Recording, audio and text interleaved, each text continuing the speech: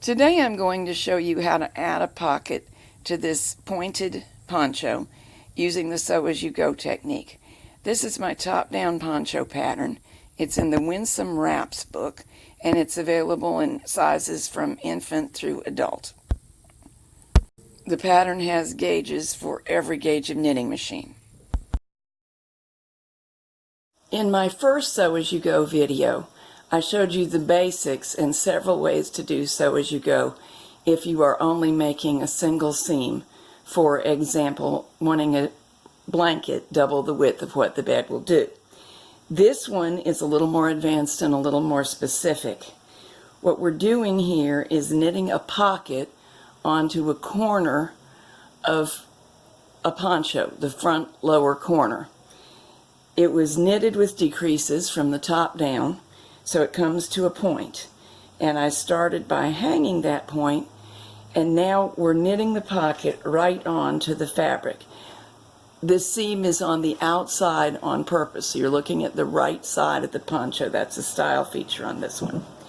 The thing is, we're going to increase and sew as you go at the same time, and we're going to hang the decreases in order to create the increases. So this goes onto a new needle.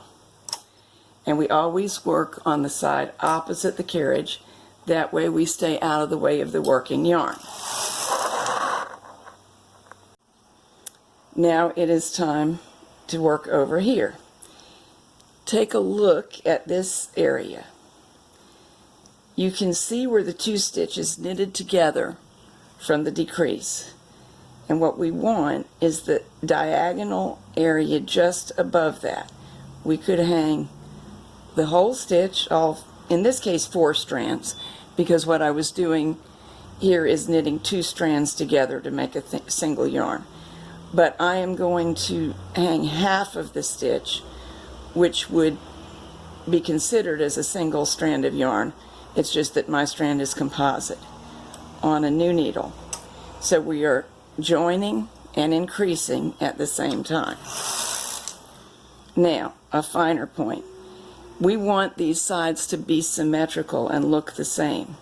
Being right-handed, it would be easier for me to approach from here and from here.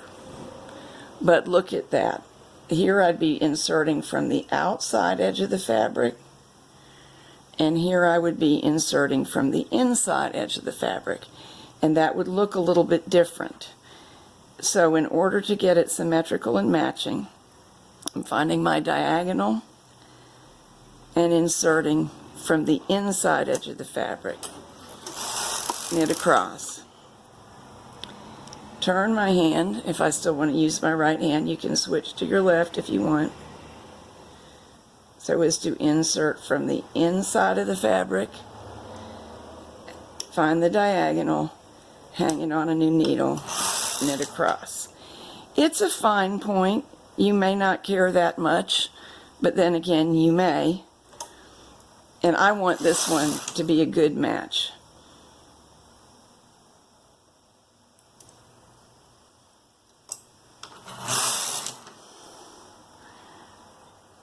The diagonal just before the decrease, hang it. The diagonal just before the decrease on the other side. Always inserting, starting from the center of the fabric and pushing the tool outward. Now it would be perfectly okay to do the opposite. I'm just pointing out that consistency is what's going to make a pretty edge. I need to back off a couple rows off camera. I got a loop of thread. Let's talk for a moment about some finer points so I don't confuse you. In this case, I am hanging increases and making the pocket that we talked about. It doesn't have to be that I'm working with where there were decreases and I'm working up from the bottom making increases. I could be joining 2 vertical pieces, and in that case I would look for the edge stitch, but it wouldn't be on a decrease. The same technique could be used. I want to tell you about the pace of the increasing and decreasing. while knitting down from the top, I decreased this pattern for this particular pattern. Doesn't hold true for everyone. Every other row. And you may say, but you're hanging every row, it won't come out. But it will, because it was every other row on each side. These two pieces were obviously knitted separately and seamed together. So it was knit, knit, decrease, knit, knit, decrease. Now watch. Increase on the left, knit. Now we are increasing this row, but not on the left. So here's the second row, and now the next increase on the left. See how that works out? It is functionally an increase every other row on each of the two pieces of fabric. Here's a bonus use of Sew As You Go. I am hanging the center seam every 4 rows while I decrease the pocket edges. 1, 2, 3, 4 on the center needle. And decrease left and decrease right. Knit 2 rows, decrease left and right without doing any hanging. Knit 2 rows and do both things. Decrease left and right. Looks like my stitch didn't quite knit off. There we go.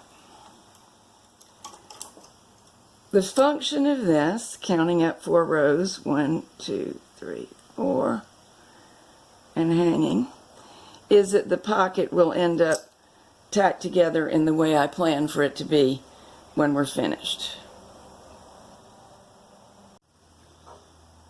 I just knitted 2 rows, so we'll do an ordinary decrease.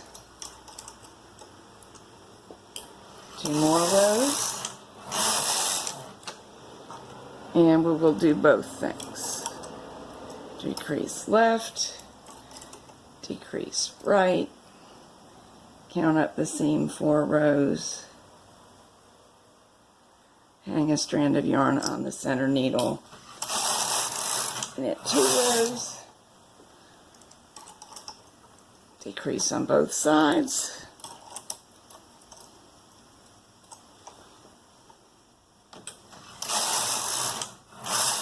two rows, and we'll decrease and hang.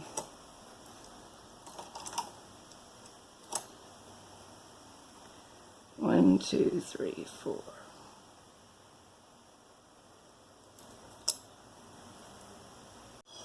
Here's a variation of the same technique.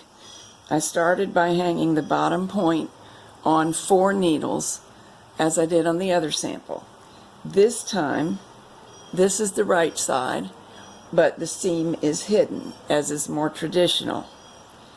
Now we're going to hang a decreased area on a new needle, but we're going to keep the wrong side in view and let the knitting come down towards us.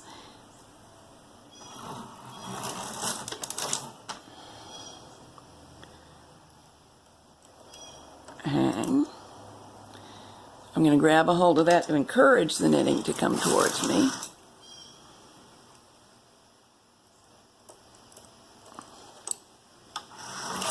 Just as before, making sure that the direction that the tool is inserted and the previous layer is hung is always the same. Now here's the pocket we first created, and while doing the decreases, here's where I sewed as I went, tacking the layers together, and all that's left here to do is I left a yarn tail to sew the top of the pocket down.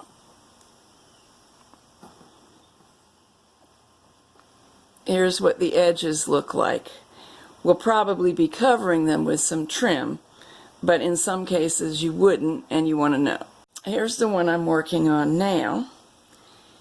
The right side of the fabric is under here, so you can see that the purl side of the pocket is what is going to show. I'm 2/3 of the way done with it now, and it's time to hang here and knit across, and on the other side, and knit across. You can see that when I get to the decreases, I will not be able to reach the fabric because I would need to be hanging here if I were going to tack the layers together as I went. So that'll have to be handled a different way for this pocket. But there's a reason for doing it this way. It's a design feature, and I'll show you in a second. Here's the first version of the pocket. The edges naturally turn under, and so they don't need any other finish, and I've sewn it to the top. Here is the second version. They naturally roll out, and I affixed it with a button. It's an easy way to get two very different looks from the same design.